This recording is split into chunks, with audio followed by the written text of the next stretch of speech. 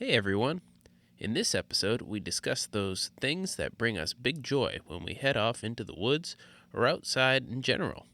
Whether it's a snack, a piece of gear, or an article of clothing, these are those unsung heroes that sometimes can make or break an outdoor experience. Yep, it's our podcast about the little things, those small factors that can make a big difference out there in the wild. And it's definitely one you won't want to miss. On that note, please make sure to follow us on Instagram and subscribe to the podcast so that you can stay up to date with every episode drop. All right, thanks for giving us a listen. And before we get any more sidetracked, let's get into the episode. Welcome to the East Coast Hunt, Fish, Hike podcast. I'm Pat Carroll, hunter, fisherman, and general outdoor enthusiast. Join me and my brother Mike as we share tactics, recount stories, and plan our upcoming outdoor adventures.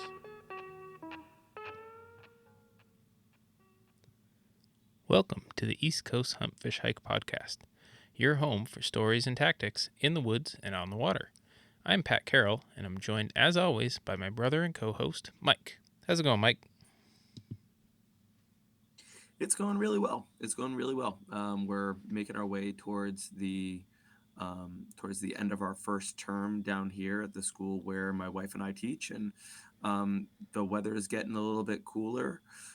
We just had our daylight savings time, so the days are getting a little bit shorter. The nights are getting a little bit longer, and it's always the indication that we're making our way into some of these later fall, earlier winter months. So things are going really well, and yeah, excited to talk with you about some outdoor sports. Yeah, for sure. That daylight savings time is always kind of that double-edged sword, right? Where it's like changing when that darkness is starting for the afternoon, which is kind of like nice in some ways, especially when it comes to hunting, because that means I can finish up my hunting day and then still get back for dinner with the kiddos and bedtime. Versus like before daylight savings, if I do any hunting at that point, I finish up and then it's like already past dinner and bedtime and stuff like that, which is a little bit frustrating. So I'm always kind of a little bit excited about that change of having that evening portion of the nighttime starting a little bit earlier, which is kind of cool. But in this episode, we're gonna discuss. Yeah, when it comes to Oh yeah, go on there, Mike. yeah, I was just gonna say when it comes to fishing, the daylight savings time obviously changes things in the mornings and in the evenings as well. But one place where it's not quite as nice is when you've got little ones at home, and our little ones did not take well to daylight savings time. In fact, they were sleeping pretty well leading up to it, and then we've had a couple of rough nights in the aftermath of it. But we're getting things back to normal. We're getting back to that water being level again with when it comes to that. So, Nice, very but yeah, good, things are going well. Things are very going well. good. All right. Well, in this episode, we're going to discuss those things that bring us big joy when we head off into the woods or outside in general. Whether it's a snack or a piece of gear or an article of clothing, these are those unsung heroes that sometimes make a big difference when you're heading out into an outdoor experience. But first, I just wanted to push our social media. We do have an Instagram. That Instagram handle is at EC underscore hunt fish hike underscore pod. So make sure you're following us there. That way you can keep up to date with all of our outdoor adventures and what we got going on there. And rate and review. Tell us how we're doing. It's the best way to move us up the charts, extend our reach to more listeners. Also, let us know what you guys want to hear about, because the more you guys tell us what you want to hear about, the more we can talk about those things. It allows us to cater what we're telling you guys to your interests and make sure that any stories or information that we're trying to pass along to you guys is actually what you guys want to hear. So make sure you're doing that, because obviously that's going to make this podcast better and it's going to make it more interesting for you. So it's kind of a win-win all the way around. But yeah, before we get into our next section on this, we're going to do our standard recent outdoor endeavors section. So, right now, as we're recording this podcast, it is hunting season within the New England area. And I have managed to get out for a couple different hunting endeavors, so to speak. The first time I got out, I only had about a half day to commit to hunting, so I managed to track down a spot that I thought was going to be good. It was going to be, perfect winds for the situation. Weather was pretty good. I thought that it was going to be like a perfect time frame for this particular spot. I got there, I sat for about 4 or 5 hours and saw absolutely nothing. So that was a little bit Mhm. discouraging, but what can you do? I think that ultimately what ended up happening on that one is the way I was walking in. The wind hadn't shifted quite the way I thought it was going to, so it ended up blowing directly to where the deer were. I did hear some deer kind of running off, or what I suspect were some deer running off. So I think they knew about me being there before I actually ended up getting up into my tree stand, Yeah. which ultimately doesn't usually work out the best for you. But I did have another opportunity to get outside and do a little bit of hunting. I took a day off from work. I like to do that kind of in the middle of the week. That way, there's not as many people in the woods. So I kind of have the woods to myself Mhm. to enjoy my time out there, which is nice for me. And spent the day out in the woods, and I did manage to have a deer encounter.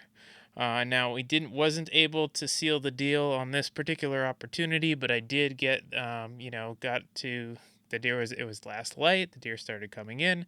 Um, Relatively good sized deer, probably at my estimate would probably be about a 3 year old, but never managed to actually seal the deal. It never came within range. Probably can get into that story on a different podcast, but ultimately, ended up getting to around 50 yards or so, but never really had a clear shot. I had plenty of like sticks Mhm. and trees and stuff in the way between, so didn't really end up making that one happen, but I was excited to see a deer nonetheless, especially a buck, especially after last season where didn't see very many deer at all. So, starting off with a pretty exciting deer season, hoping to continue that going forward into the next couple weeks. Um, but Mike, recent outdoor endeavors, what have you been up to over there? Yeah, so on my side of things, it's actually kind of a nice segue into what I've been doing, which is marching my way one module at a time through the hunter safety course, Hey. as I'm endeavoring into getting my hunting license. So it's Nice. been something that you've been working on with me Mm-hmm. for a while now, putting that pressure on, holding my feet to the fire, and I can now proudly say that I'm making my way through it. I don't have the license yet. I haven't finished the course yet. But when I have some free time in like a study hall or something like that, I'm pulling up the next module. Nice. I'm marching my way through it.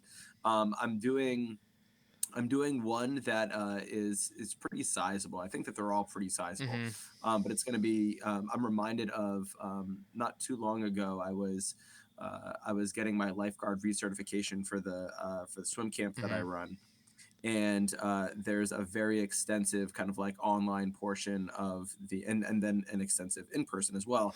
But there's an extensive online portion of the lifeguard recertification course, Mm-hmm. and I'm kind of reminded of that in a lot of ways. You got to kind of like make your way through the different video modules and the different kind of like clicking sequences, and then you got to take like your like 16 different tests along the way in Yeah. order to be able to in order to get yourself ready to be eligible for your lifeguard certification. It's kind of Mm-hmm. the same thing Mm-hmm. with your hunting license. So I've been marching my way through that, and so that's not really outdoors, but it's getting me on the track to being able to do more outdoor There you activities. go. So that's definitely a step in the right direction.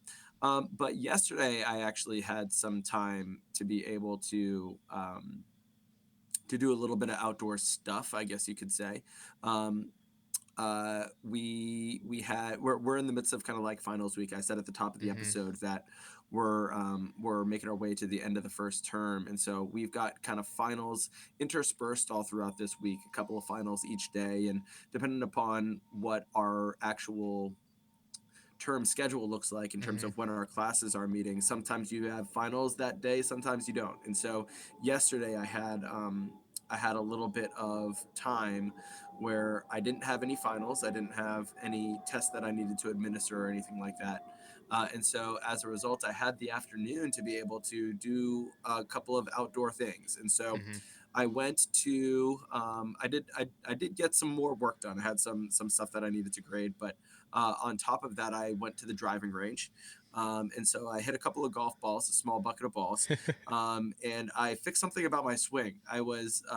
Golf is such like a funny sport, in like it really is a game of inches in terms of your alignment. And I moved my stance about like 3 inches closer to the ball than I was standing originally, Hmm. and it made a huge difference in my swing. So I was happy about that. That alone was a job well done, and would have been a successful day in my book. But I ended up actually grabbing my fishing pole and making my way to the Chattahoochee River. Ooh. And so, for those that have been listening to this podcast, you know that this is something that I've been wanting to do for quite some time. Mhm. I had three kind of like places that I was thinking of fishing, that I was interested in fishing. A couple of a couple of different spots along the Chattahoochee, kind of in Mhm. kind of like natural reserves that Yeah. had some inlets and some drop-in points and stuff like that. And so I went to one that was probably the first one that I saw, like, oh wow, the Chattahoochee is really close to where I'm living. And so I ended up going there to essentially like the boat launch, Mhm. and just casting a little bit into the Chattahoochee. And after that first cast, I was like, all right, I did it. I got the line into the water. And there was a lot that was kind of like going in my mind. I was excited about the fact that I had been able to get the line into the water. Uh, but there was some things that I didn't necessarily like. I There's a reason, I think, why I've gone to using kayaks and canoes when I'm Mhm. out lake fishing, as opposed to just going from the side. I felt very limited in where it was that I was fishing. Mhm. And because I wasn't on like a dock per se, I was kind of just like on the shore.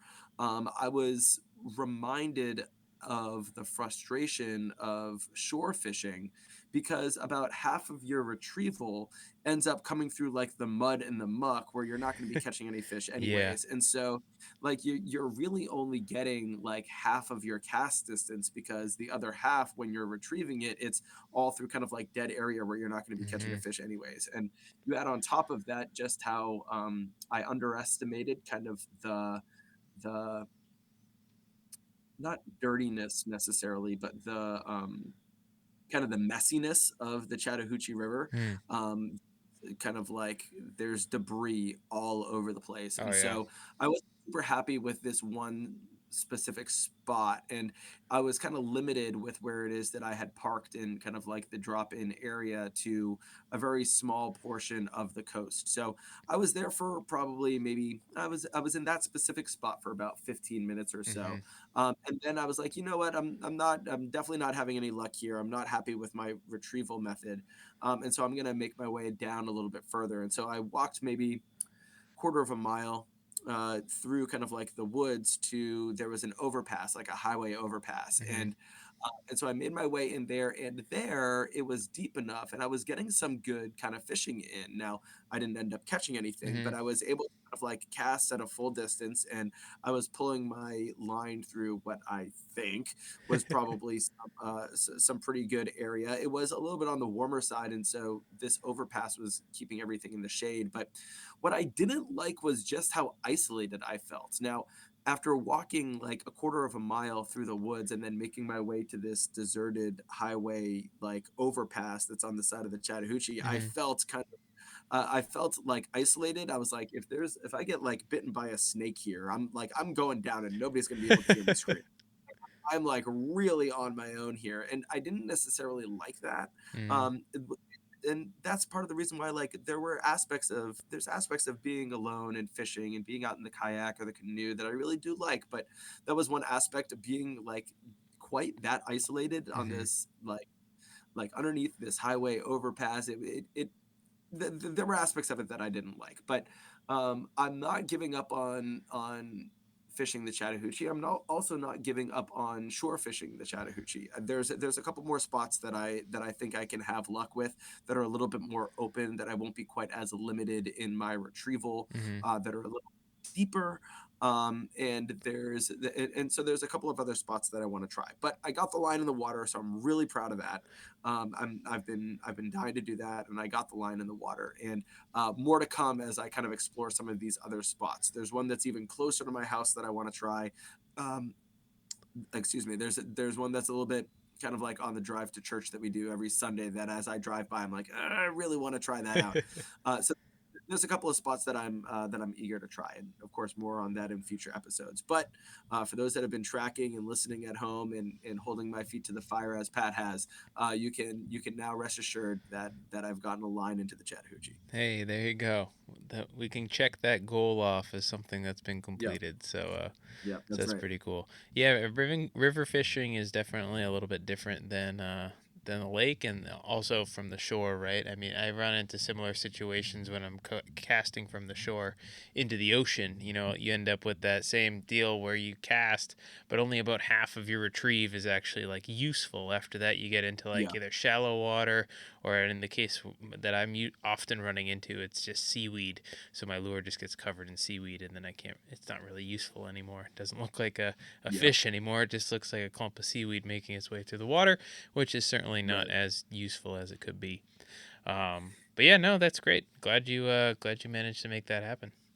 Yeah, I will say this, I had been getting spoiled because like I when you're out on the lake, especially with like locations that I know out on Lanier or up at Lake Huey, like I'm getting every last bit out of each one of my Hmm. casts, and I can kind of like cycle through like all like 360 degrees around me when I'm out there in a kayak or when I'm out there in a canoe.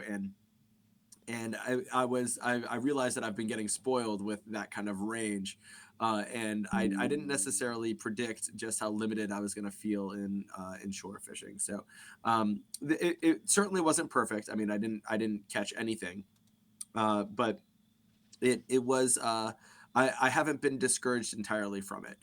So more on that in future episodes as I get back out there. Nice, that's great.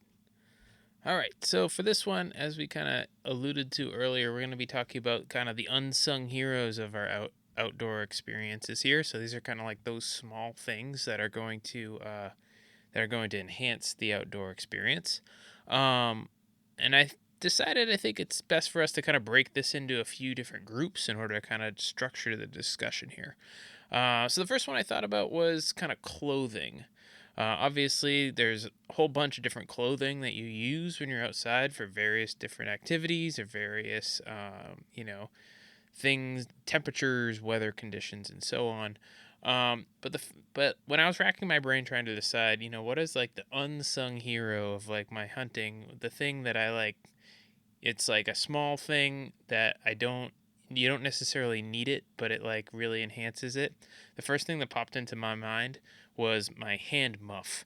So it's like one of those things, right? It goes like you wrap it around your waist with like a little belt, and it's like a little pocket in the front. This one in particular is like got nice fleece lining on the inside, but Yeah, for me, my hands always get like pretty cold, right? Especially if you're sitting outside for an extended period of time, your hands are going to be one of the first things that get cold. And when you're bow hunting, right, you want to be able to use your fingers and like manipulate your hands in a way that's going to be able to use the bow and be accurate, get the any additional arrows off your quiver if you need them, and I think having that additional flexibility in your hands is useful, but when you put a big glove on, sometimes you lose some of that dexterity, which can be, I mean, not necessarily a problem, but it can be, right? I mean, it's certainly a little bit more cumbersome. So having that hand muff allows me to keep those nice thin gloves on, but then also keep them in that little, kangaroo pocket pouch and keep them all yeah, nice that and makes warm, sense. which is great. And then if you double that up by also having hand warmers inside of that muff, then your hands are nice and toasty warm in there. You can sit there all day and your hands are going to be wonderful. Now, if it gets really cold, they'll still get cold on the backs of your hands, which is obviously not super comfortable. But it has to be, you have to be outside in like 20 degrees all day for that to happen, which I've done. But for the most part, the muff does an excellent job. excellent job keeping your hands warm, even if you're wearing like a thin glove. The particular one that I'm using is, I think it's from a brand called Hunter Safety Systems. No product placement here, just happened to be the one that I managed to to find online. But this one has like a couple little zipper pockets on the top too, which I find like super useful because what I'll do a lot of times is like I'll read like a book on my phone or something with like one hand in the pocket, and then alternate my hands as one hand gets cold. I'll put it back in the muff and read with my other one. But if you're Yeah. like reading on your phone or whatever, and like a deer comes in, you need to have some place to put that relatively quickly that isn't going to use like a lot of movement, right? Like if you need to take that phone, like find your pocket, that's a whole bunch of movement that a deer can potentially see. But this muff that I have has a couple of zipper pockets on the top, so if you're reading and like a deer walks in, you just like slowly unzipper one of those pockets, tuck your phone right inside, and you're ready to go. You don't even have to like move very much at all, and your phone Yeah. is stashed, and you're ready for whatever needs to happen, which is awesome. And it's also kind of like bigger than like I would say like your standard kangaroo pocket. So it also works as like a nice little lap blanket a little bit, covering up your the upper part of your leg, keeping you nice and warm. So I can't speak highly enough about this little hand muff that I have. So I would highly recommend it if you're in the winter weather, right? I mean, What if a perfect thing to launch into these unsung heroes. right, The humble hand muff, I think yes. is the perfect. It's a no, it's absolutely perfect. I mean, and everything that you're talking about, from like being able to stow things there to keeping your hands warm. And I mean, I can imagine, especially now that I'm going through this this hunter safety course, and as I'm getting ready to get myself out into the woods, that having like cold hands when you're trying to either pull back a bowstring, or when you're getting ready to take that all important shot, could be detrimental if you've got frigid fingers and you're not able to kind of like keep that circulation strong. I mean, on one hand, that can be very dangerous, but on the other hand, you can be more successful if you're able to keep your hands warm. So I think that it's a perfect start into this unsung heroes episode, because it really is kind of one of those things that you overlook a lot of times, but it can be super important. It can honestly mean the difference between getting a deer or not. Yeah, for sure. And I think one aspect, right, is like one, it's like your hands being cold. Obviously, that's inconvenient, but it's like kind of the movement aspect too, right? Like if your hands are cold, it's more likely that you're going to be like squeezing your hands in and out or moving them in some way in order to like get that circulation back. And anytime you're moving in the stand, it's more of an opportunity for the deer to see you too. So it's like not only is it the cold aspect, but it's also like I operate under the assumption that the more comfortable I am in the stand, the less I'm going to move, and the more likely I am to see a deer. So that's ultimately what I mean. I bring more into the stand than a lot of folks are. I'm not trying to be a hero who's only bringing the bare minimum into the stand in order to sit there all day. If I need it to be comfortable and that's going to make me move less, I think that there's an advantage there. Yeah, So that's usually yeah, that makes sense. how I'm operating. Uh, but Yeah. something that goes kind of along with that are I also use a set of merino wool base layers. Now, base layers are obviously critical and kind of personal depending on how people want to use them, right? There's different thicknesses, there's different materials, but the ones that I have are 100% merino wool, and they are great. There's a number of things that are really awesome about merino wool. I don't think these ones are like any better than anything else. It's really kind of a nature of the fabric. But some of the major points is really that it's going to keep you warm if it's cold out. But then also, if it's like hot out and you're sweaty, it also keeps you cool. Like it does like Mhm. this moisture wicking thing where it ultimately, even if it's like on a warm day and you're wearing these base layers, they're going to keep you a little bit cooler than you normally would, which is pretty cool. I've actually used these in like 70-degree temperature. Um, it was one particular time where I was getting out of the tree stand. It happened to be a warm day, but I was picking the kids up from school, so I needed to like throw on my clothes really quick. So I threw like my jeans right on top of these base layers, and then like picked the kids up in like mid 70s temperature, and I was like perfectly comfortable. It wasn't even like I was feeling like hot or Yeah. anything like that with a base layer on underneath my jeans in like mid 70s, and it was pretty wild. So that was cool. But that's to be said that they keep you cool in the heat too. It's not only just like keeping you warm when it's cold out. They're also like warm when it's wet. So if you're in like weather, if it's like super rainy and your like base layers get soaking wet, that you're still going to stay warm. They're going to keep you warm even though it's wet. Whereas something that's made of like poly, yes, it'll wick away some of that moisture, but it's going to lose its that warming factor that it has. So there's a major benefit with the merino there. And then also, since we're talking, when you're talking deer hunting, you're automatically thinking about scent control. Well, merino is naturally Mhm. antimicrobial, right? So naturally, it's going to kind of keep any bacteria from living there, and it's going to naturally be not as smelly, which is also great. Obviously, you're trying to minimize your smell so that the deers aren't going to be able to see you. So using those merino base layers helps you out a little bit more by reducing that smell, which is great. Um, in addition to that, I also use these merino base layers a lot when I'm like camping or hiking. The reason being is that Mhm. they're relatively lightweight and they offer a lot of like warmth for the weight that you're doing. So if you wanted to use it like backpacking, great thing to have in your pack, allows you to sleep and be comfortable when it's cold out without much of a problem. Also for camping, same kind of idea. But yeah, so those are kind of like my unsung heroes when it comes to the clothing department as far as hunting adventures and such. Yeah, and you're talking about it in regards to like camping and in regards to hunting. Obviously, my mind goes to skiing and snowboarding, which is another Mm, place where those base layers, especially when you're anticipating, planning even by virtue of the sport of getting snow and being wet, where that can be really important. mm-hmm, And being able to stay warm when you're wet and it's cold can be both a safety feature, but then mm-hmm, also it can be really helpful if you find yourself a base layer that is maneuverable, that's thin, that's lightweight, that you can wear just one layer underneath your ski pants or your snow pants.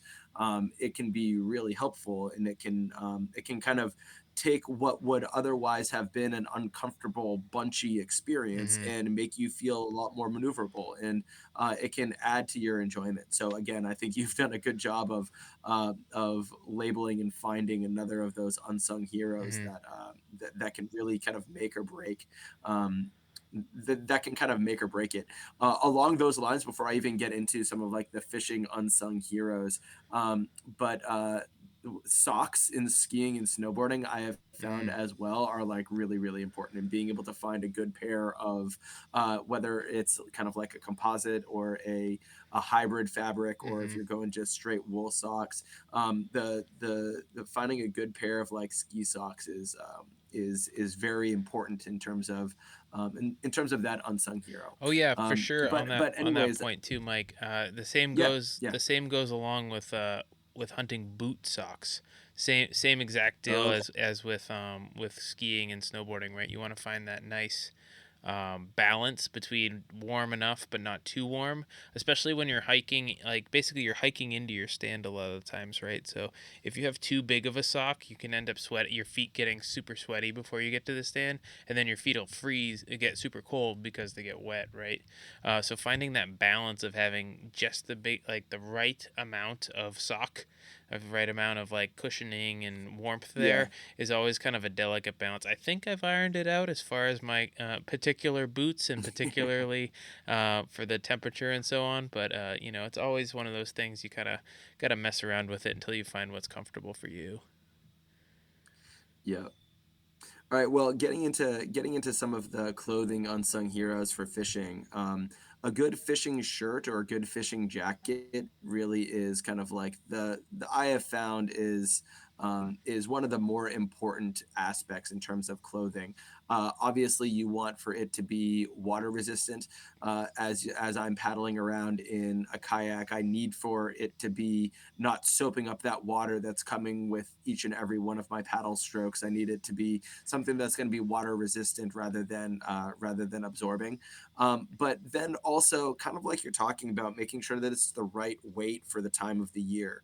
A good fishing shirt, kind of like you're saying, is going to be one that if I'm out there early spring or in the late fall and I'm making my way into some fishing, I need for it to be able to both keep me warm and also be lightweight enough that I'm essentially doing like a workout. I'm Yeah. working out as I'm rowing this kayak, and I need for it to be lightweight enough that I'm maneuverable in it, that I'm not overheating, but also being water resistant. And so having a good kind of like fishing shirt, I've noticed goes a really long way.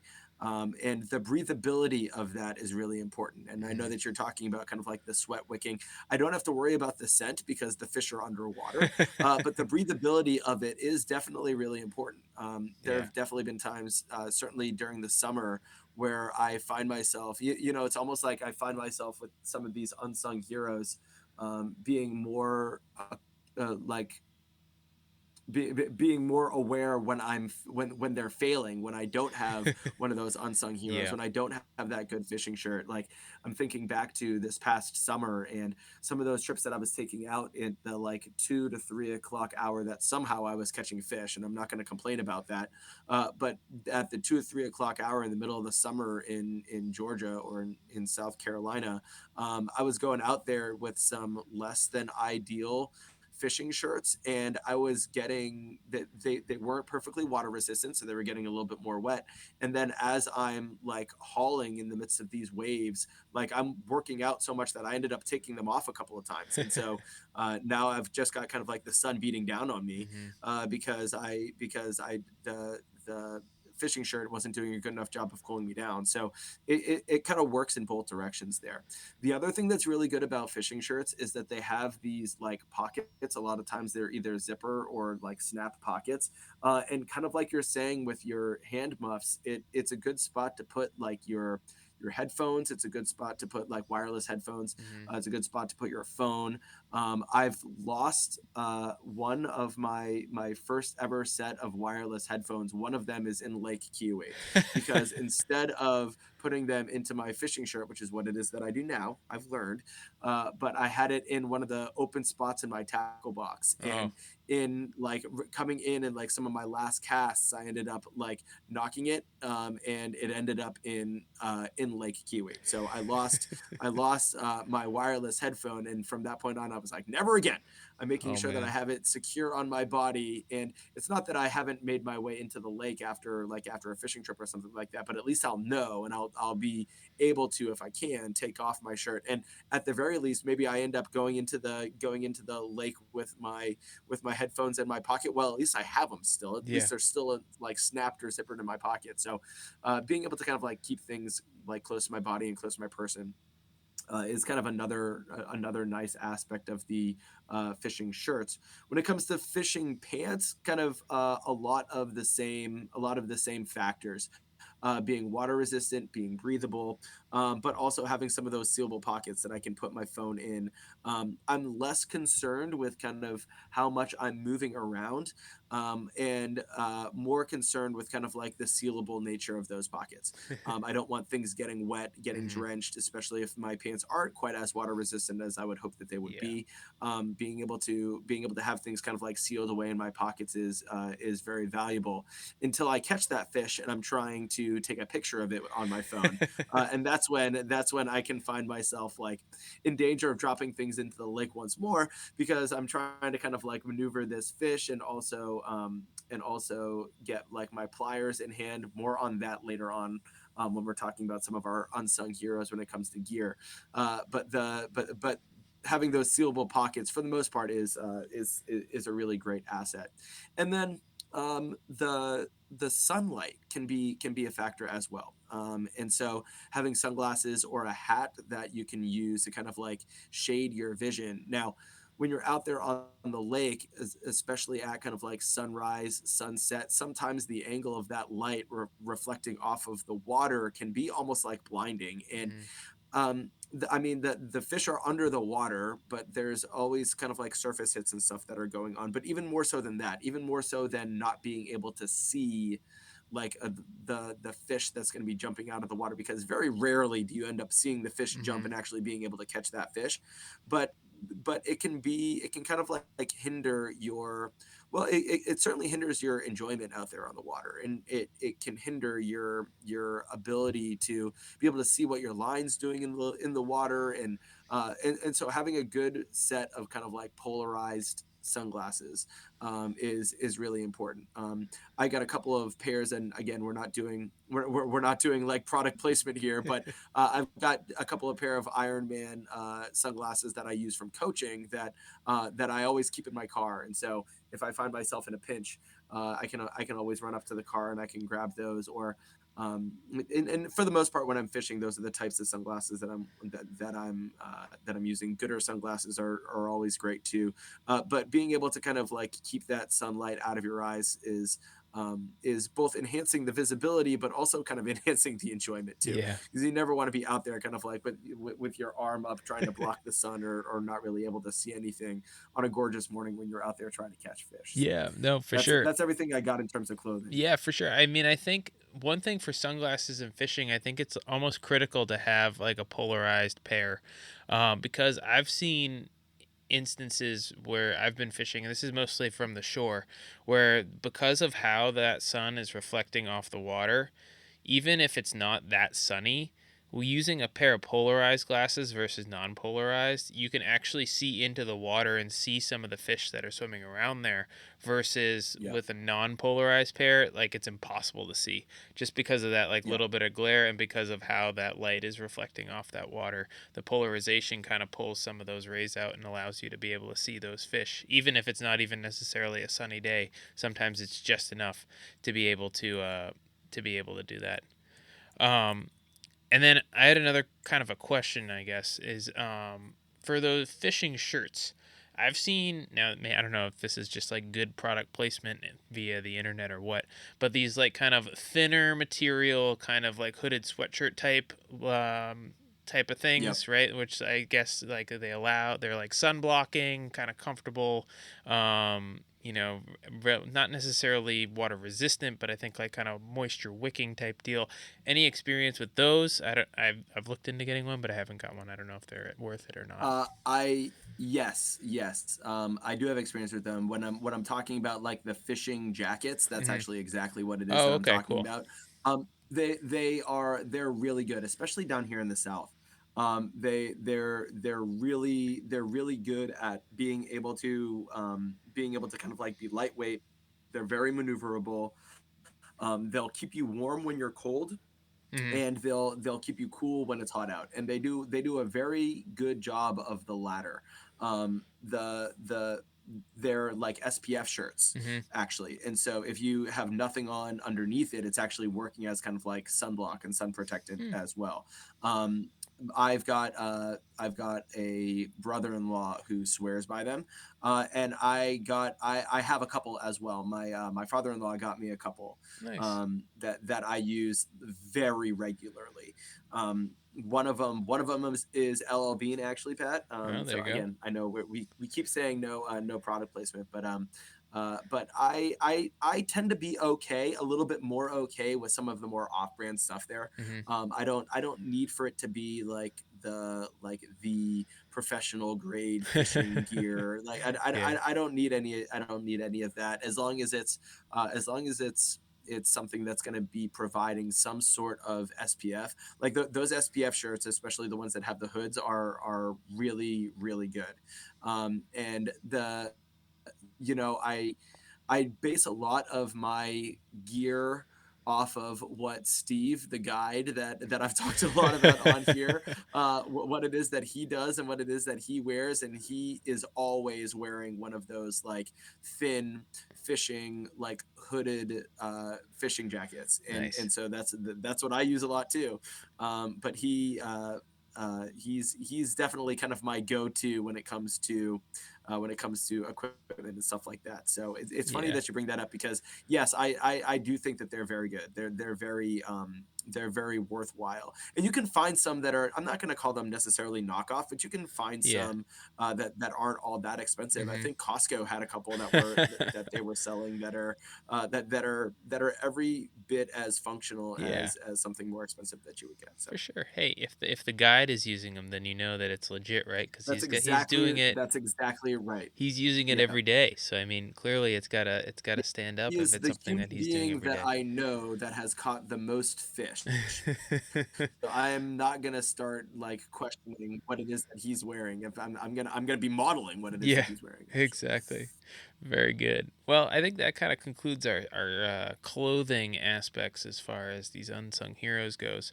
So now we're gonna move into snacks.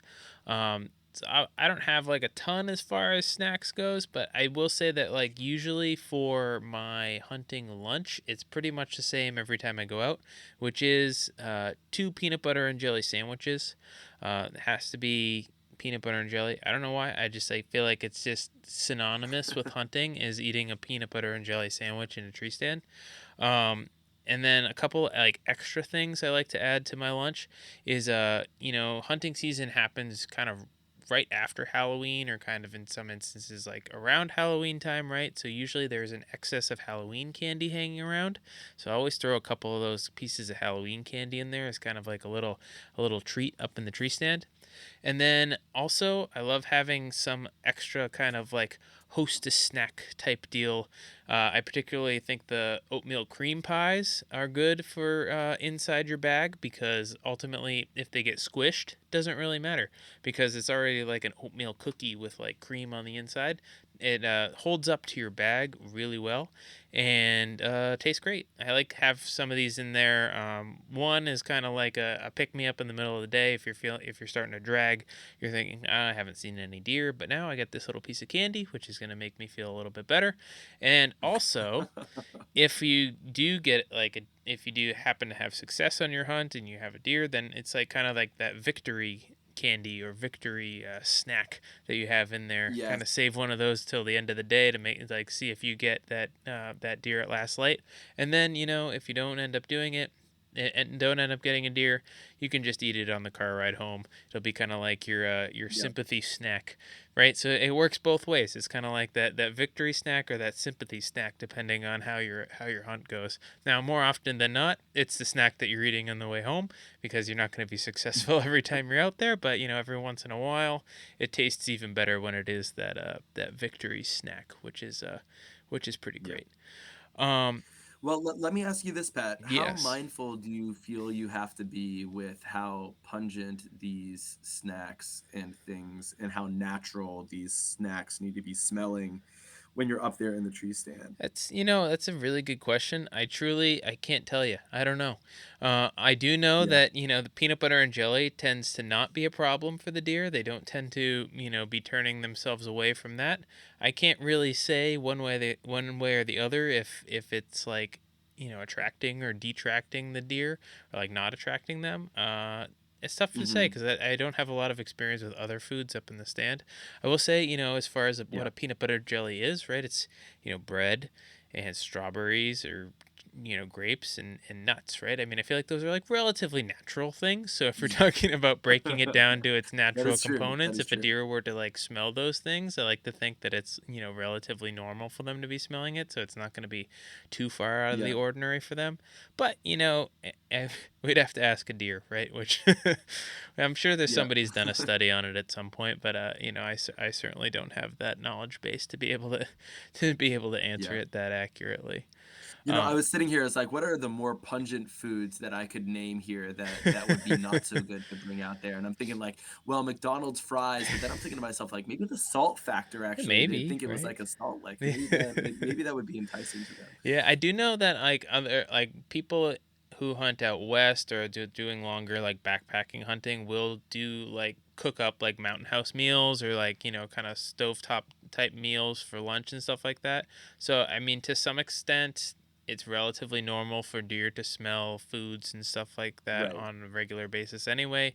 It's not like they necessarily associate that with danger unless they do for some reason, right? So Mhm. I don't think it would be Yeah. detrimental, but as far as if the deer is particularly weary, maybe it would be maybe it would there would be a downside to that. So I don't know. Yeah. Who knows, right? Um, the other thing that, as far as snacks go, with as far as an unsung hero, is personally when I go backpacking, I'm doing like a backpacking trip. Now I haven't done this once we've had kids, so this is mostly when I was in my like mid 20s. But what I would love to do would be to bring either a flask or those smaller boxes of wine. You know, the ones that are like 2.5 glasses and a little Oh, little yeah. little wine Yep. box. We call them juice boxes. Not really a juice box, but it's kind of like about the same It's like size an as a adult juice juice box. box. Yeah, exactly. Love to bring those up the mountain with us when we're doing those backpacks. So that way you bring them up, right? They're not like a huge weight in your bag, right? Obviously, it's more than you need. It's a little bit extra, but at the same time, it's giving you that extra benefit from the wine or from the drink, right? You're getting that creature comfort that you would have at home. Um, but yes, I love to bring those up, and then when you're like making your campsite, you can have a little glass of wine while you're having your dinner. Allows you to relax a little bit in that regard, and the wine can even be used for cooking, which is ultimately also great. So that is pretty awesome as well. Like if you're making up even like a little dinner, for instance, I think one time I made like a little backpack chili, right? So it's like just a rehydrated meal, right? You heat up some water, you pour it over your dehydrated chili or whatever. But if you add a little bit of that red wine in there, now it like enhances their flavors a little bit, makes it taste a Yep. little bit better. It's like even better eating like mountaintop, gourmet cuisine going on here. But it's pretty great. And drinking a little bit of wine or a little bit from a flask while you're looking up at the stars at night, it's always kind of a wonderful thing when you're on top of a mountain. So something that I would highly recommend to anybody who's backpacking. If you haven't, if you are somebody who enjoys the casual glass of wine, doing so on top of a mountain from one of these juice boxes is pretty great. So those are Yep. my And unsung heroes. you know, for your descent as well, it lightens your load a little bit because you don't have that you don't have Exactly. those glasses of wine that you're hauling back down the mountain. Yeah. But when it comes to fishing, I most often I'm doing so much of my fishing in the mornings, and so I'm not necessarily like taking a lunch out there with me. In fact, a lot of times, especially where I put in close to the Chattahoochee, there's a Taco Mac that's right there, which I love their wings. I'm on record a while back saying that it would be like my death row meal would be 20 wings from Taco Mac with their delicious ranch dressing. Um, uh, and there's one right near where I put in up at Lake Lanier. And so oftentimes I find myself like fishing through until lunchtime, and then once lunchtime hits, I'm getting myself out, and I'm very eager to make my way to Taco Mac. So I guess in a way Nice. that could be one of my unsung heroes. There you But go. every time during summer, if you're talking about like an actual meal out on the boat, and to call it a meal goes really far, but like a lunch out on the boat, I always pack the same thing. I always pack a um, crunchy peanut butter and banana sandwich, and normally it's on rye. And this would be normally during the summer with our guided fishing trips, because that's really one of the only times that we're getting up and we're getting out on the water Hmm. by 6 o'clock. So we're up and at 'em at like 3:45 Hmm. to be able to get into the car and get everything ready to be able to go all the way to Lake Hartwell. And so we've been up for a long time by the time 10 o'clock or so rolls around, or 11 o'clock, and Hmm. we're out there up through kind of like that lunch hour. And so I'll always make myself a crunchy peanut butter and banana sandwich, and to me that just means fishing. And when we're on these guided fishing trips, we're hauling in over the course of the entire boat with maybe four, sometimes five, plus the guide who's not doing any fishing, but he's Hmm. but he's up there on the boat too. We're hauling in like 40 fish, Whoa. and so you're kind of earning your lunch. And so Hmm. by the time I'm sitting down and eating this crunchy peanut butter and banana sandwich, I've boated like 8 or 9 fish, and Hmm. so it feels like so good and victorious to be able to eat that sandwich. Um, I will say that our guide, Steve from Fish Ski Business. Him, I will shout out. He's not a product placement, but he deserves to be shouted out. He's so amazing. But Steve would say, and it was one of the first guided trips that I went on, that having a banana on board is actually bad luck. Oh. Now, I kind of dug into that with him on like the second, third, and because I didn't want to be bringing bad luck with my peanut butter and banana sandwich, I was like, I'll pack something else if that's what this means. But it turns out that it comes down to the peel. For whatever the superstition is, he doesn't like the peels being on board. I think that there's a chance because he spends pretty much all day, every day out there on the water, that he's had people that have kind of been very careless with their peels and just toss them in. And out there on the lake, it takes a very long time for peels to degrade. And I Mm. think that he's looking out for the environment more so than anything else. But he says that it's bad luck to have a banana peel on board. But I had him clear. He's cleared my peanut butter and banana sandwich. So those of you listening at home, if you know the story behind why ever it is that you're not supposed to have a banana on board, please let me know. But I've been told by Steve that I'm good to go with my crunchy peanut butter and banana Hey, sandwich, there you go. which again to me just means it just tastes better on the boat, and it just means fishing to me. Um, Aside from that, I'm not doing all that much like eating when I'm out there in the kayak or the canoe. In fact, I'm oftentimes making my way back so that I can help my wife out with the kids, who are inevitably waking up Hmm. at that time when I'm coming back in towards the lake house, or I'm about to go up and make myself some food and make the kids some food. So not all that much more in terms of food, but when it comes to fishing beers, Hmm. I know that I've talked before about, Pat, when you and I would go down to Styles Pond, up closer to where it is that we live in the Merrimack or lived in the Merrimack Valley growing up. Hmm. Old Chub was always my fishing beer, which is it's a Scotch ale, and it's real good. It is a really good beer, and so I would go down there. I would go down to the pond with a 6 pack of Old Chub, and it was walking distance, which meant that that nobody had to drive, which was Hmm. nice. And I'd go down there with you, sometimes with Ryan Harding, and we'd go and throw a couple of lines into the water. At the time, we'd be using either like worms that I would find, or kind of we had some crankbait. We had some kind of like lures and stuff, but I was using a lot of bobbers, and so I would set up kind of like a string with a hook, and I would send a bobber with like some worms on it, and then I would just sit down on the edge of the water, and I would crack open my Old Chub, and I would have myself a nice evening. And I still have very fond memories of drinking quite a few Old Chubs Oh yeah. out there on the edge of that pond. Now, I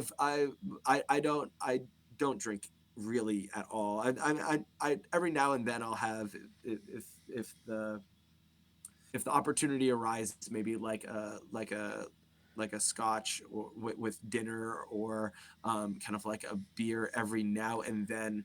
But my drinking really has gone down significantly. But I do still have some very fond memories of Old Chubs on Styles Pond. Yeah, I think But on top of that, kind of still, yeah. with the Old Chub, I feel like the original reason that I we ended up picking it up was because it was a relatively high alcohol content for what it was.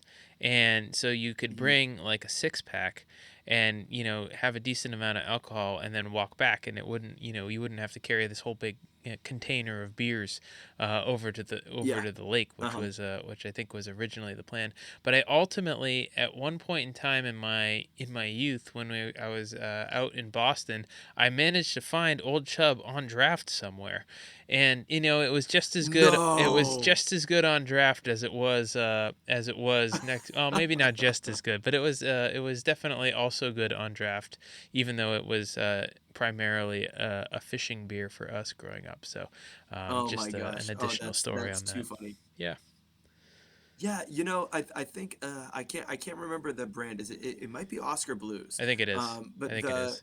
they've got a variety pack, and they've got some good beer. They've got some good beer. The other variety pack. This actually brings up my last point here when we're talking about some of our unsung heroes for the food and drink arena. But the floating on the hooch in kayaks and canoes. I know I told the story earlier on of rolling my ankle on the night of the Super Bowl, probably about like a decade ago. But another variety pack that when I'm out there, I want to be able to have beers with me that everybody's gonna like. And so the Splitting Hairs variety pack it's the same variety pack that I've talked about on an earlier episode of this podcast. They've got something for everybody. They've got kind of like their staple IPA. They've Mm, got like a recreational beer that's really good. It's like low alcohol content, and they've got a brown. Their Watership Brown is my favorite of theirs. It's very very good, and it's part of that Splitting Hairs variety pack. And I have memories of going with my buddies Vic and with Ian down onto the Chattahoochee and spending like all day out there and just kind of like tossing a beer from my kayak over into the canoe. And if you don't catch it, that's fine. It floats, and you can paddle your way over to it and pick it up. And so there's a lot of fond memories that I have of kind of like floating the hooch and having those beers that are being passed around. Now, oftentimes we'll be down there and there'll be like 25 people that are all on these rafts that hmm have all been kind of like strung together because floating the hooch is a thing, and they'll have a cooler in the middle that they'll be passing around. But for my value, Old Chub and the that Splitting Hairs variety pack, specifically their Watership Brown. This is from Red Hair, the brewing company down hmm here. Those are kind of my unsung heroes in the way of fishing beers. So Nice. so there you have it. Oh, that's pretty great. Yeah, I mean, I think there's something to be said about that. You always have those ones that you go back to as far as either beers or foods when you're associating with different things. I mean, I think in a previous episode we had also brought up Straub as the hunting camp Yes, beer, yes. right? Every time we were at camp, right, there would be somebody who had picked up a pack of Straubs, so it was always kind of associated with the camp in that regard too. So just Yeah. as a little aside for an additional unsung hero. Um, Mhm. but moving past snacks into what I'm going to say is the final unsung hero category, which is going to be gear. Now, ultimately, we could do an entire episode on gear, right? There's a lot of gear that's associated with both fishing and hunting. Obviously, there's a lot of different things that we use for these outdoor endeavors, but these are going to be kind of like those things that, once again, maybe not a guarantee that you need these things in order to be successful, but things that ultimately help us along the way. For me, one of those things is an ozone generator.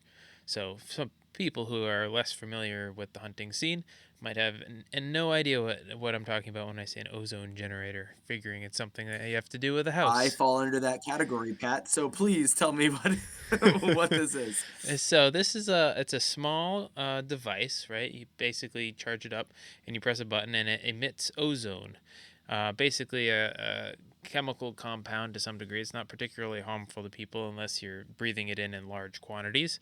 But what it does is it kills all the bacteria on your clothes and makes it not smell as bad. So what I will do is it's basically like about the size of an Nalgene bottle, so it's not very big. And basically, what I'll do is I'll pack all my hunting clothes or the clothes that I'm planning on wearing for a particular hunt into like a duffel bag, and then shove this ozone generator in there and turn it on and let it kind of emit this ozone um, into the bag for like 15 to 30 minutes. And then, once that's done, I'll turn it off, and it'll be basically will have killed most of the bacteria that are in there and Okay. keep it from getting smellier. Usually, what I'll do is I'll do this, a couple like maybe one time earlier, like probably a couple days before I'm gonna hunt, but then also like the morning that I'm gonna hunt as well. I'll turn that thing on while I'm like driving to the to my hunting spot, which is only like 15 minutes away.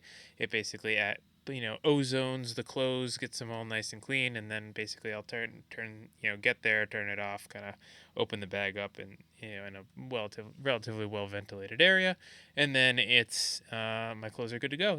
They have a bit of an ozone smell, but ultimately that doesn't evidently doesn't affect the deer in any real way, and my clothes remain fresh. So it's kind of like a dry, not dry cleaning, but cleaning the clothes, but not necessarily washing the clothes. So that's something that I've found helpful. I mean, at least I think I have, as far as seeing deer and such. I think it's been beneficial, but I think it's a pretty cool little device, and it's not super expensive, and I think it seems to work pretty well. I mean, the clothes don't smell bad to me.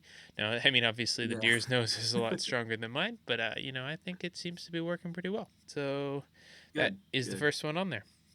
The other thing, from a hunting perspective and gear, unsung hero, is lighted nocks. So when I first started hunting, right, I used my arrows used the standard nock, right? So the nock is the portion of the arrow that connects to the bowstring when holds the arrow in its position when it's fired, right? Lighted nocks are basically nocks, right, that do the same thing, but when you shoot your arrow out of your bow, has a tiny little LED light that lights up the back of your arrow. What this does is allows you to be able to see your arrow in flight and ultimately see if slash when or not it makes contact with an animal, or potentially not an animal if you missed, or so on, right? It allows you to kind of spot your shots, be able to see if you missed the deer, if you shot over its back or shot under its belly. If you don't have that lighted nock, it's very challenging to see sometimes, Yeah. specifically if you're shooting over or under a deer, or if you did. In one instance, this was early in my hunting career, I did miss a couple deer, and that's why I decided, you know what, I'm getting lighted nock so I can see where I'm missing. Am I shooting over its back? Am I shooting under it? Is there a deflection that's happening there? With a lighted nock, you'll be able to see that, whereas when you don't have lighted nock, you can't see that quite as easily. Um, Another reason or another benefit of the lighted nocks is they can also be used in your drag out. So one aspect of using the lighted nocks that I employed when I was dragging out the deer, specifically the wheelbarrow buck from a podcast a few episodes ago, is when I shot that deer, I had lighted nocks and the arrow was still lit up. Now, when we were dragging this deer out of the woods, it's completely dark, right? Pitch black. Can't see a thing in front of us. The woods are relatively thick, right? So there are certain areas where you're walking that might be thicker than others. So what we did while we were dragging this deer out is basically I'd walk with my bow, like, let's say 20 yards down a path, and I'd put my bow on the ground with that lighted nock sticking up. Then I'd walk back to the deer, and we'd drag the deer from where it was to the bow. Okay. And we'd proceed to kind of hopscotch in that way, making sure. Otherwise, what we do if we were dragging it, we can't see where we're going. We'd end up walking into like this thick cover, this thick brush. It would take us like twice as long. But by kind of hopscotching with that lighted nock on that bow, it allowed us to give us like a landmark to drag to, so we weren't dragging through lots of cover in that way too. So an additional kind of random benefit of having that lighted nock going on in there too. So interesting. Probably not the most standard use of a lighted nock, but in our in our in our operation, it seemed to work pretty good. So that's what I got for It unsung was heroes as it far was as gear. necessary. It was necessary. Yes, it was. And you can kind of like pace yourself out that way. Again, unconventional, but Yeah, but certainly successful for you. So you do what you can, and that's the beauty of an unsung hero, Pat. It doesn't necessarily need to be used for its intended purpose in order for it to be a hero. That right. was a heroic piece of equipment for you, even in the way that you were using it. So good on you for it. So yeah, so making our way towards kind of like the finishing touches here on these unsung heroes. Um, I didn't originally have pliers on my list, but I'm gonna have it lead off my gear section here because when you were mentioning it, Pat, like a good set of pliers, and I don't even just mean like I don't mean like an expensive pair of pliers or anything like that, but a good functional set of pliers will always be in my tackle box. Sometimes I might even have more than one in case Hmm. I find myself situation where a pair gets dropped or ends up at the Mhm. bottom of the lake, or for whatever reason, having a good set of pliers that don't jam, that don't like get stuck, Mhm. it's really the only way that I can get a hook out of a fish's mouth at this point is with a good set of pliers. And a good set of pliers will last you a while. I've had a pair where um, when they get a little bit stiff, you just get some WD-40 and you loosen Mhm. them right up, and they're right back to functional order. And having a good set of pliers, I think at one point, my father-in-law, we were going back and forth on kind of like having these stiff pliers that weren't working super well, and so he went out and found a pair that he liked at, it was either like Lowe's or Home Depot or something Mhm. like that. He bought like 6 sets of pliers. And he gave me some, and he gave me like 2 or 3 sets, and he might have even given it to me as like a stocking stuffer or something like that for Nice. Christmas. And I was thrilled by it, and I still have. I'm sure of it. One of them, this past season, I used some WD-40 and got them right back up into functioning order. So a good set of pliers is really really helpful and beneficial. There's nothing worse than a bad set of pliers, and there's nothing better than when you're taking a picture of fish, and you've got it in the boat, and you just know that you've got a good working set of pliers that you're going to be able to get this hook out of the fish's mouth, get it back into the water, and get yourself back fishing again. Mhm. When that's something that you don't have to worry about, it's always really nice. So that's the reason why I moved that up to the start of my gear list, even in front of the piece of gear equipment that kind of inspired this whole episode, and that is barrel swivel clamps. They are for me the number one unsung hero of the fishing world. The modest, humble barrel swivel clamps. I was thinking about it, and as Pat and I, for those listening at home, we're trying to come up with kind of like what it is that we wanted to be talking about. And we've always got like a couple of different episode ideas Mhm. that we're throwing around. I thought of the barrel swivel clamp, and I was just thinking about how important that is to my fishing experience. Mhm. There's a number of reasons for that. One, that clamp being a barrel swivel, um, part of what that does is it allows for the lures, and I do so much crankbait, I use so many of these false minnow lures, Mhm. that I want for them to be able to swim freely, and having that barrel swivel on it allows for the lure to look very natural and very fish-like, as a result of that barrel swivel aspect Mhm. of it. So on top of that, on top of like the functionality of why it is that it's swiveling and the freedom that it gives the lure, it also gives me the ability to be able to change out my lures very with ease and with freedom. And so if I want to go from a whopper plopper to one of my shad rapala lures Mhm. to something a new lure that I want to try or something else, I'm able to very easily change out my different crankbait lures, all because I can just clip it and unclip it rather than needing to undo any knots or tie any knots. It's so quick, it's so easy, and it's so thoughtless, and it lets me get my line back out into the Mhm. water. On top of that, if I want to change my tactics, it allows for me to do that as well. So if I'm like when I'm getting ready for a fishing season, or if I'm getting ready for a fishing outing, when I'm at my best, if I know I'm going to be using, if I have live bait at my disposal, or if I know that if I've got some worms that I want to have on some either false worms or live worms that I want to have at the end of a hook, it gives me the ability to change my tactic very easily as Mhm. well. And by that I mean I can have in my tackle box set up at maybe a foot and a half of line Mhm. with a hook with just like a little loop that I can put on to my barrel swivel clamp. Mhm. I can have a hook, and then I can put a weight at the top of that foot and a half distance, and now I can put either a live I can put like a live worm on there with a bobber, and now all of a sudden I'm fishing with a bobber. Mhm. If I were to take that weight off, I could take a false worm, put it on there with a weight, and now all of a sudden I'm fishing with some kanami. Mhm. I can put my line out the side of my kayak or canoe with a heavy enough weight on it at the end of this barrel swivel clamp, and I can put it down to the bottom with a live minnow, and now I'm fishing. I'm fishing down.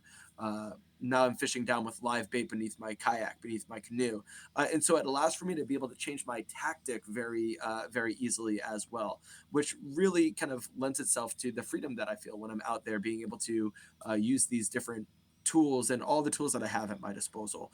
And then lastly, it can save precious time with getting with getting your lines set up.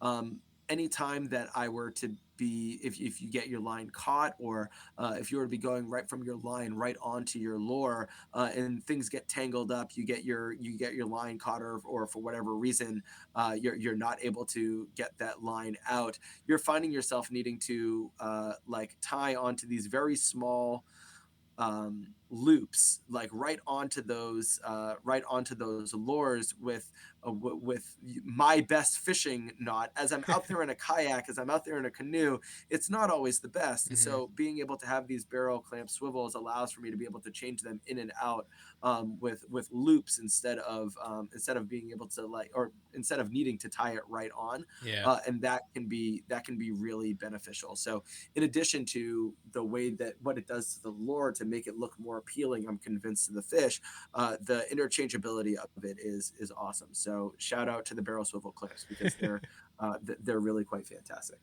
Um, Beyond that, having an inflated seat, and this comes from my many trips out in inflatable kayaks, um, which I still have a soft spot in my heart for inflatable kayaks. In fact, I think I've got three in my garage as we speak right now. I've they've pretty much all punctured. I've got one that I haven't taken out for its maiden voyage yet, but I'm pretty convinced if I were to, within the first couple of trips, it's going to end up puncturing a hole. But I'm just like a glutton for punishment when it comes to these inflatable kayaks. They're so inexpensive, and I get wooed by them so Mhm. easily, Pat. But nevertheless, having the inflated seats, they all come with inflated seats, and I've had probably at this point like 5 or 6 of these inflated kayaks that end up puncturing their holes, but the seats never puncture. So I have like 5 or 6 of these inflatable seats that I have that are in my garage that I can take out on my regular kayak, or when I'm Hey, going up to the lake on a nice. canoe, and you can blow that thing up, and now you're far more comfortable in your kayak or in your canoe, because you've got something a little bit softer to sit on. Oh. It doubles as a flotation device in a pinch, because obviously it's been inflated. And Mhm. I have found, and this is unique to me, and I realized that, but in my kayak there's a little there's like an oar rest, that's essentially like a hook, Mhm. that you have this kind of like bungee wire, and you can put your kayak paddle up against the kayak, and you just loop it over, and it holds it right in place there. Um, More than that is very helpful, because it takes some maneuvering, and whenever you're trying to like reel in, you never have time to be able Mhm. to kind of like do all of that when you're in the midst of catching a fish. Mhm. um, I have found that it is in the perfectly awful spot when I'm kayaking, that I keep scraping my knuckles on this metal hook Oh that's on no. there for this for this oar holder, unless I'm in an inflated seat. Unless I have that inflated seat from one of my previously punctured inflatable kayaks that lifts me up off of the seat by about 4 inches. And those 4 inches, Pat, are enough to keep my knuckles free of that hook when I'm paddling. So it's another reason. I know that this is unique to me, but it keeps my knuckles free as well. It puts me in a slightly better position to be rowing. So those inflatable seats are pretty clutch. And then lastly, the raft skirts. This again goes for those inflatable kayaks, but the good ones will come with this little. It's very thin, but it's almost kind of like this composite plastic that you Mhm. can put over the front and the back of your inflatable kayak or inflatable canoe, and it keeps it from puncturing with one of your lines. If like your lure Oh. were to hit it, it's resistant to these. It's resistant to your lures.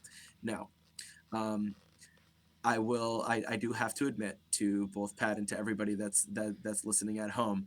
Um, every time that I get them, I end up just kind of like rolling them up and thinking to myself like, ah, what good can those really do? And that ended up coming to fruition. My time. This was in the spring of last year when I had a brand new inflatable canoe that I was bringing out. It was a two-person canoe, inflatable canoe. This beautiful craft that has like three different like sections that you pump up. I can pump the thing up in like 4.5 minutes. It was ready for its maiden voyage. I brought it on the water. Had not brought it out on the water yet. It's got like a double little fin underneath it to keep it like very streamlined, and Hmm. it was great to paddle and everything. And I was up on Lake Lanier and paddling out to my plateau that I know that I've talked about a number of times, and I got less than 10 casts in, and I had my line behind me, and I was trying to get like a nice far cast on it, and as I was pulling it back, I just hear as I was ripping through the back of my release, and I was just like, "Oh no, that was totally my kayak. That was totally my canoe." And so I was like, "Maybe it wasn't." I'm trying to like talk myself out of the fact that I've just my in my inflatable kayak, my inflatable canoe. I was like, "Oh, maybe it's not." And so as I'm paddling here, remember that I said that there were three parts of this kayak that were inflated. There's the bottom, and then the left portion and the right portion. And as I'm paddling, probably about like 10 minutes go by, I didn't want to admit the fact that I had punctured a hole in my brand new canoe, especially because of the fact that I had these guards that I could have put on them and didn't. And so as I'm paddling, I'm slowly realizing that I'm tipping down to the right because it was the right portion of the canoe that was slowly losing its air. And so I didn't even get like I got out to my perfect spot. I was at there early in the morning, but I had a punctured canoe, and so I needed to paddle back to the shore. And I can't remember if I've told this story on here. I'll keep it brief in case I have. But I ended up getting in my car and going to Walmart, and I was trying to decide whether I just wanted to call it quits. And I was like, ah, I'll see what it is that they have in their kind of like inflatable section. And I found like a raft that's pulled behind like a boat. It was $30 at this Walmart. And on the picture on the front of the box, there's this woman who has like these like little paddles that it comes with. And I was like, you know what? For $30, I'm getting back on the water. So I went and I bought this $30 at the nearest Walmart. Fortunately, there was a Walmart that was really close to my lake put in. I picked up a couple of Rapala shad lures because they had them there, and I'm a sucker, and so I grabbed a couple of those lures, and I got my little dinghy. I got my inflatable raft that I brought back out to the water, and I pumped it up, and I went back out there for probably another like hour and 15 minutes while I was out there. But again, this thing was not designed to be used for fishing. It was designed to be hauled behind a boat for like a 10-year-old. And so I found as I was fishing that it didn't retain its air all that well. And so I was like slowly sinking further and further down into the lake as I was paddling with my inflatable raft here. But all of this could have been avoided if I had used the humble raft skirt that comes in the box. And of course, I rarely use them. It always seems like just one more thing that you got to do, one more thing that you got to add on it. But forever, if I'm going out on an inflatable kayak or inflatable canoe, I'm always using them moving forward so that I don't have to find myself in the aisles of Walmart losing precious fishing time and buying a $30 raft, which also, by the way, is in my garage as we speak right now. They always just they end up compiling in there, and eventually at some point I'll either donate the ones that don't have holes in them or end up trashing the ones that do.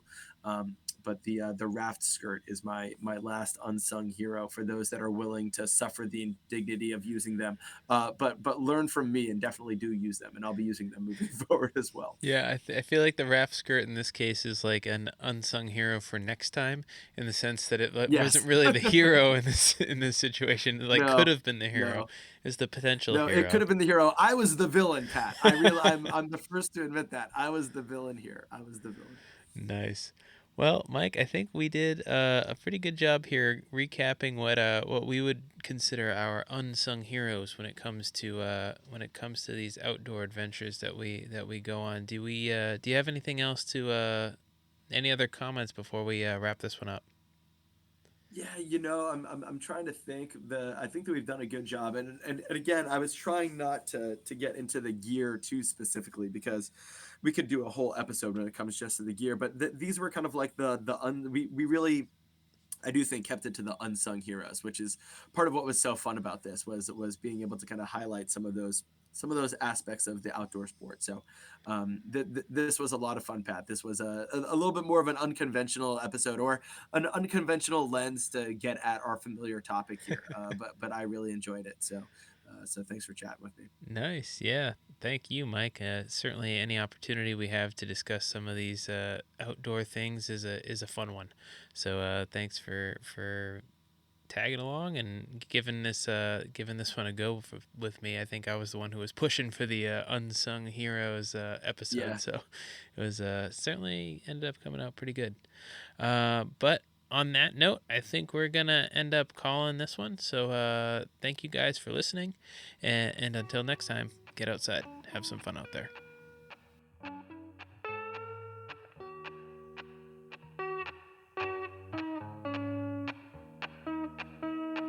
Thanks for listening to the East Coast Hunt Fish Hike podcast. If you have questions, comments, or have an idea for an episode, feel free to follow us and reach out over social media. Don't forget to rate, review, or tell your friends about the podcast. And until you hear from us again, get outside, have some fun out there.